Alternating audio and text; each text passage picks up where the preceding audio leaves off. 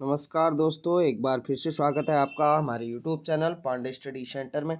आशा करता हूँ आप लोग सब स्वस्थ होंगे और काफ़ी अच्छी आपकी स्टडी चल रही होगी। तो आज की वीडियो रहने वाली है सिंधु घाटी सभ्यता के बारे में, जो कि इम्पोर्टेंट क्वेश्चन यहाँ से पूछे जाते हैं, एग्जाम में बनते हैं, निरंतर पूछे जाते हैं, आगे भी पूछे जाएंगे। तो जो कि विश्व की प्रसिद्ध सभ्यता थी दोस्तों, सिंधु घाटी सभ्यता या हड़प्पा सभ्यता के नाम से भी इसको जाना जाता है। अगर इसका कालक्रम पूछा जाता है तो 2500 ईसा पूर्व से 1750 ईसा पूर्व तक इसका कालक्रम माना जाता है। तो पहला क्वेश्चन यहाँ पे देखेंगे हम, हड़प्पा सभ्यता का सर्वाधिक मान्यता प्राप्त जो काल है वह कौन सा है, ये बताना है। तो 25,000 ईसा पूर्व से लेकर के 1750 ईसा पूर्व तक इसका काल माना जाता है। अगला क्वेश्चन देखेंगे, सिंधु घाटी की सभ्यता निम्नलिखित में से किस सभ्यता के समकालीन थी। तो सिंधु घाटी की जो सभ्यता थी दोस्तों, वह यहाँ पे ग्रीक के सभ्यता के समान थी, ग्रीक की सभ्यता के समान।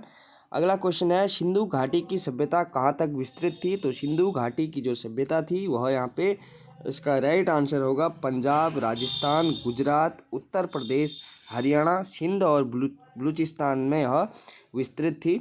अगला क्वेश्चन है, सिंधु घाटी की सभ्यता में घोड़े के अवशेष कहाँ से प्राप्त होते हैं। तो घोड़े के अवशेष जो यहाँ पे प्राप्त होते हैं वह सुरकोटदा से प्राप्त होते हैं दोस्तों। गुजरात के कच्छ जिले में यह पड़ता है सुरकोटदा, ठीक है। यह एकमात्र सिंधु सभ्यता स्थल है जहाँ घोड़े के अवशेष प्राप्त होते हैं। अगला है, सिंधु घाटी स्थल कालीबंगन किस प्रदेश में है। तो सिंधु घाटी का जो स्थल है कालीबंगन, वह किस प्रदेश में यह स्थित है। तो यह यहाँ पे इसका राइट आंसर होगा दोस्तों, यहाँ पे सिंधु घाटी जो कालीबंगन है, कालीबंगन यहाँ पे राजस्थान में पड़ता है, कालीबंगन, ठीक है। कालीबंगन कहाँ है, राजस्थान में यह पड़ता है। अगला है, निम्नलिखित में से किस पदार्थ का उपयोग हड़प्पा काल की मोहरों या मुद्राओं के निर्माण में मुख्य रूप से किया गया था। तो निम्नलिखित में से किस पदार्थ का उपयोग हड़प्पा काल की मोहरों या मुद्राओं के निर्माण में किया गया था। इसका राइट आंसर होगा दोस्तों खेल खड़ी का यहाँ पे प्रयोग किया गया था। अगला है, हड़प्पा सभ्यता किस युग की थी। तो हड़प्पा सभ्यता जो थी दोस्तों, वह यहाँ पे कांस्य युगीन सभ्यता इसको कहा जाता है। हड़प्पा सभ्यता कैसी सभ्यता थी। तो कांस्य युगीन सभ्यता थी। अगला है, सिंधु घाटी सभ्यता के लोगों का मुख्य व्यवसाय क्या था। तो सिंधु घाटी की सभ्यता के लोगों का मुख्य व्यवसाय अगर पूछा जाए तो यहाँ पे कृषि इनका मुख्य व्यवसाय था। ये पशुपालन भी करते थे दोस्तों, ठीक है, शिकार यह नहीं करते थे, पशुपालन भी करते थे, लेकिन मुख्य व्यवसाय इनका कृषि था। अगला है, हड़प्पा सभ्यता के निवासी थे। तो हड़प्पा सभ्यता के निवासी थे कह रहा है, तो शहरी यह निवासी थे, शहरी, ठीक है। अगला है, सिंधु सभ्यता के घर किससे बनाए जाते थे। तो सिंधु सभ्यता के जो घर होते थे वह ईंट से बनाए जाते थे, ईंट से, ठीक है। अगला है, हड़प्पावासी किस वस्तु के उत्पादन में सर्वप्रथम थे। तो हड़प्पावासी जो थे वो कपास का उत्पादन सर्वाधिक करते थे दोस्तों। तो हड़प्पावासी जो थे वो कपास का उत्पादन सर्वाधिक करते थे। अगला है, निम्नलिखित विद्वानों में से हड़प्पा सभ्यता का सर्वप्रथम खोजकर्ता कौन था। तो हड़प्पा का जो सर्वप्रथम खोजकर्ता था यहाँ पे, वह थे यहाँ पे दयाराम साहनी, ठीक है। राय बहादुर दयाराम साहनी क्या थे, सर्वप्रथम खोजकर्ता थे। और इन्होंने कब यहाँ पे इनकी खोज की थी। तो 1921 में यहाँ पे हड़प्पा सभ्यता की खोज की थी इन्होंने, हड़प्पा की खोज की थी, हड़प्पा, ठीक है, हड़प्पा की इन्होंने खोज की थी। जो हड़प्पा कहाँ स्थित है, अभी पाकिस्तान में स्थित है दोस्तों। अगला, सिंधु सभ्यता का पत्तन नगर बंदरगाह कौन सा था। तो सिंधु सभ्यता का जो पत्तन नगर बंदरगाह था वह यहाँ पे लोथल को माना जाता है, लोथल, ठीक है। लोथल कहाँ स्थित है। तो लोथल जो है गुजरात में स्थित है दोस्तों, और इसकी खोज होती है 1954 में, ठीक है। लोथल जो स्थल है इसकी खोज 1954 में होती है और यह गुजरात में स्थित है। अगला है, पैमानों की खोज ने यह सिद्ध कर दिया है कि सिंधु घाटी के लोग माप और तौल से परिचित थे। यह खोज कहाँ पर हुई थी। तो इसका राइट आंसर जो होगा यहाँ पे लोथल, ठीक है, लोथल इसका राइट होगा। पैमानों की खोज ने यह सिद्ध कर दिया कि सिंधु घाटी के लोग माप और तौल से परिचित थे। यह खोज कहाँ पर हुई थी। तो यह खोज लोथल में हुई थी। लोथल कहाँ है, गुजरात में स्थित है। अगला, हड़प्पाकालीन समाज किन वर्गों में विभक्त था। तो हड़प्पाकालीन जो समाज था दोस्तों, वह यहाँ पे इसका राइट आंसर होगा ऑप्शन नंबर बी राइट होगा। विद्वान, योद्धा, व्यापारी और श्रमिक में यह बटा हुआ था।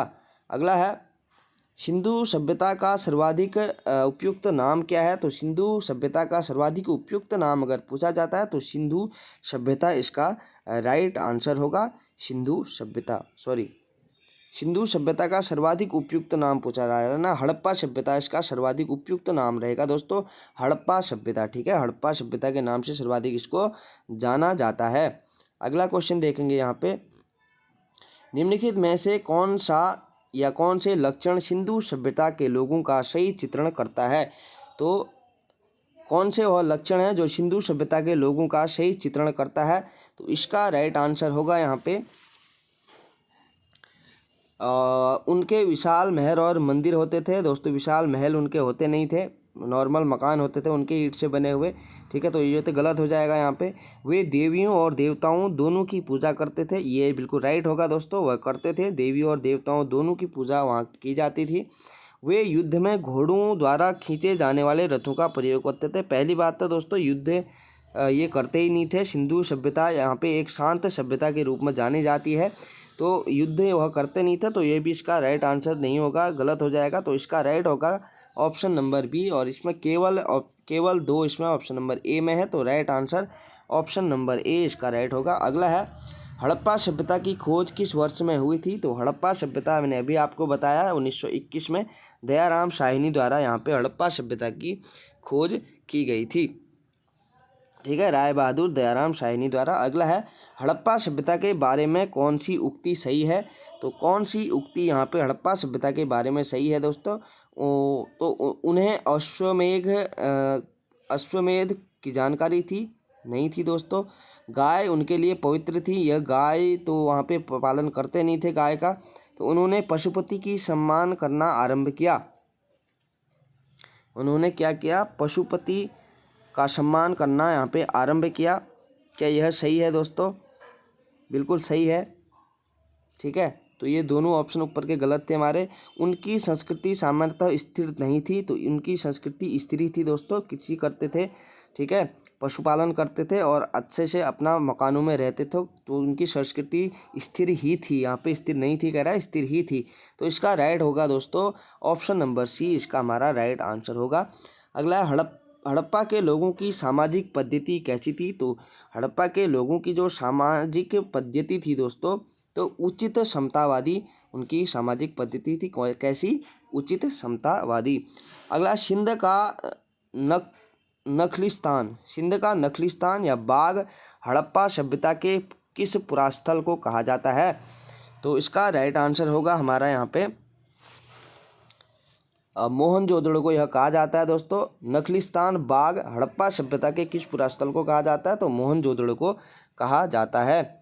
अगला क्वेश्चन है, हड़प्पा सभ्यता के संपूर्ण क्षेत्र का आकार किस प्रकार का था? तो हड़प्पा सभ्यता के संपूर्ण क्षेत्र का जो आकार था दोस्तों, वह यहाँ पे त्रिभुजाकार था।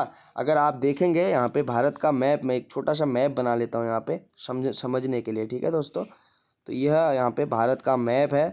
ठीक है, यह यहाँ पे भारत का मैप है। अगर यहाँ पे देखेंगे, यहाँ जम्मू कश्मीर से लेकर के यहाँ पाकिस्तान, सिंध, बलूचिस्तान में यह फैला हुआ था, और नीचे यहाँ पे गुजरात से लेकर के यहाँ यूपी, और यहाँ कश्मीर, जम्मू कश्मीर। तो यहाँ पे त्रिभुजाकार यहाँ पे इसका राइट आंसर होगा, त्रिभुजाकार था इसका आकार। अगला, सूची 1 को सूची 2 से सुमेलित करना है यहाँ पे। तो सूची 1 को सूची 2 से सुमेलित करेंगे दोस्तों। हड़प्पा किस नदी के तट पर स्थित है? तो रावी नदी इसका राइट है दोस्तों, तो 1 का 1 हो जाएगा। ठीक है, मोहनजोदड़ो जो है सिंधु नदी के तट पर स्थित है, बिल्कुल सही है। लोथल जो है वो भी भोगवा नदी के तट पर स्थित है, तो इसका राइट होगा दोस्तों हमारा यहाँ पे ऑप्शन नंबर ए, क्योंकि यहाँ पे सीधे सीधे दिया गया है। ए का 1 है, बी का 2 है, सी का 3 है और डी का 4 है। तो कालीबंगा है तो घग्गर नदी के तट पर स्थित है। कालीबंगा जो है वो दोस्तों राजस्थान में है, राजस्थान। ठीक है, कालीबंगा। और लोथल जो है वह गुजरात में है, लोथल गुजरात में है। और मोहनजोदड़ो जो है पाकिस्तान में है। ठीक है, पाकिस्तान में है। और हड़प्पा भी जो है वो भी पाकिस्तान में आता है। तो अगला क्वेश्चन देखेंगे दोस्तों, हड़प्पा सभ्यता के अंतर्गत हल से जोते गए खेत का साक्ष्य कहाँ से मिला है? तो हल से जोते गए खेत का जो साक्ष्य प्राप्त होता है दोस्तों, वह होता है यहाँ पे हमें कहाँ से, कालीबंगा से। ठीक है, कालीबंगा से यह प्राप्त होता है। कालीबंगा हड़प्पा सभ्यता का एक महत्वपूर्ण स्थल है दोस्तों। ठीक है, जो राजस्थान में पड़ता है कालीबंगा। अगला है, सैंधव सभ्यता की ईंटों का अलंकरण किस स्थान से मिला है? तो सैंधव सभ्यता की ईंटों का जो अलंकरण है दोस्तों, वह किस स्थान से हमें मिला है? तो इसका राइट होगा कालीबंगा से मिला है। हल से जोते हुए साक्ष्य मिले हैं और ईंटों का अलंकरण कालीबंगा है। दोनों कहाँ से मिले हैं? कालीबंगा से हमें प्राप्त हुए हैं। अगला क्वेश्चन देखेंगे, मोहनजोदड़ो कहाँ स्थित है? तो मोहनजोदड़ो यहाँ पे दोस्तों कहाँ स्थित है कह रहा है। तो मोहनजोदड़ो जो है वो पाकिस्तान के सिंध प्रांत में स्थित है, मोहनजोदड़ो। अगला है, सिंधु सभ्यता में वृहत स्नानागार पाया गया है। तो सिंधु सभ्यता में जो वृहत स्नानागार पाया गया है दोस्तों, वह यहाँ पे मोहनजोदड़ो से प्राप्त होता है, मोहनजोदड़ो से। ठीक है, अगला है, सिंधु सभ्यता की मुद्रा में किस देवता के समतुल्य चित्रांकन मिलता है? तो सिंधु सभ्यता की मुद्रा में किस देवता के समतुल्य जो है वह चित्रांकन मिलता है? तो इसका राइट आंसर होगा हमारा आद्य शिव की जो है, आद्य शिव के समतुल्य चित्रांकन मिलता है सिंधु सभ्यता की मुद्राओं में। अगला क्वेश्चन है, निम्नलिखित में से कौन सा हड़प्पाकालीन स्थल गुजरात में था? तो कौन सा गुजरात में था दोस्तों? तो आसानी से आप बता सकते हैं, लोथल जो था वो गुजरात में था, रोपड़ पंजाब में है, कालीबंगा राजस्थान में है, बनवाली कहाँ है? हरियाणा में पड़ता है दोस्तों। ठीक है, बनवाली हरियाणा में पड़ता है, रोपड़ जो है पंजाब में पड़ता है, कालीबंगा जो है वह यहाँ पे राजस्थान में पड़ता है और लोथल जो है वह गुजरात में पड़ता है। ठीक है, आज का लास्ट क्वेश्चन देखेंगे दोस्तों, मोहनजोदड़ो का स्थानीय नाम क्या है? तो मोहनजोदड़ो का जो स्थानीय नाम है दोस्तों, वह मृतकों का टीला है। मोहनजोदड़ो का अर्थ क्या है? यहाँ पे मृतकों के टीले के लिए मोहनजोदड़ो शब्द का प्रयोग किया जाता है। तो आज की वीडियो में दोस्तों 30 क्वेश्चन थे। कैसे लगे क्वेश्चन? तो ये लूसेंट ऑब्जेक्टिव बुक है दोस्तों। अगर जीएस की आप तैयारी कर रहे हैं तो लूसेंट ऑब्जेक्टिव से ऑब्जेक्टिव जरूर से लगाएं। ठीक है, इस चीज़ से आपको आपकी जीएस मजबूत होगी, जीके मजबूत होगा। तो सिंधु सभ्यता से दोस्तों हर एग्जाम में प्रश्न पूछे जाते हैं, इसलिए मैंने सोचा कि सिंधु सभ्यता के जो क्वेश्चन बनते हैं उन पे यहाँ से 2 से 3 वीडियो यहाँ पे दूंगा मैं, जिसमें हम यहाँ पे 70-80 जो क्वेश्चन है सिंधु सभ्यता से पूछे जाते हैं उसको हम यहाँ पे कवर करेंगे। 3 से 4 वीडियो अपलोड करूँगा इसकी। ठीक है, तो चैनल में नए हैं तो चैनल को सब्सक्राइब कर लें दोस्तों, और अपने स्टडी करने वाले दोस्तों के साथ ज़रूर से शेयर करें वीडियो को। फ़ायदा हर किसी को मिलना चाहिए दोस्तों। ठीक है, तो मिलते हैं अगली वीडियो में, तब तक के लिए अपना ध्यान रखें दोस्तों, धन्यवाद।